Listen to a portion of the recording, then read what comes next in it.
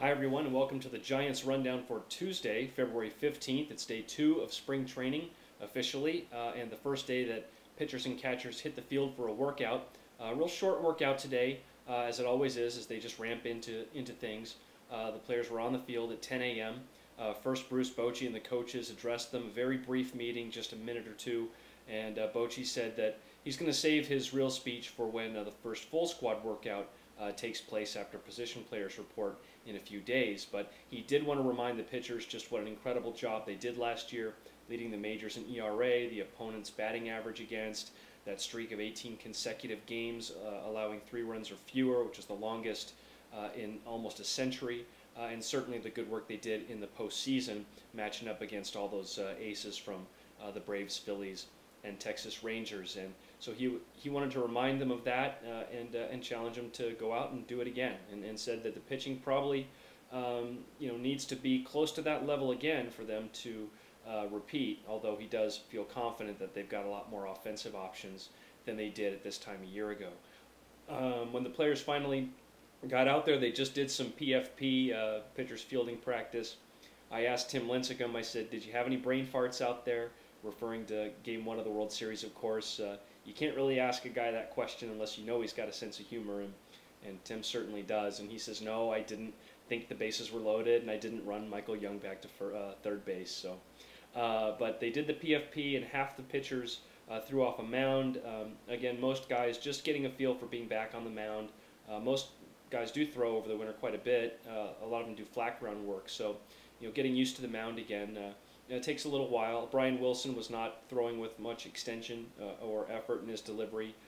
Certainly wasn't popping the glove, but he's just easing back into it. One guy who was throwing hard, though, is Lincecum, and Bruce Bochy even used the word surprised. He said, I'm surprised that he was letting it go as much as he was.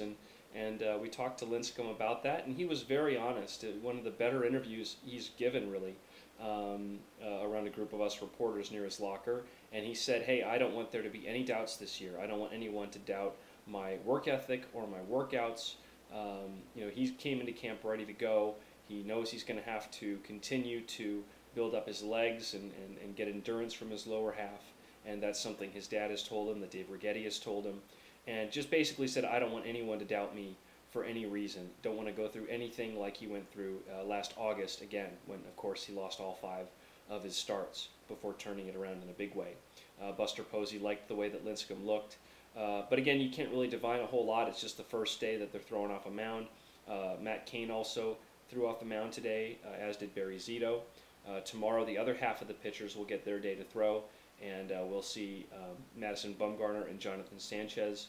Otherwise, guys just getting their work in. One funny story to tell you about Brian Wilson. It turns out he is driving an unmarked police car this spring.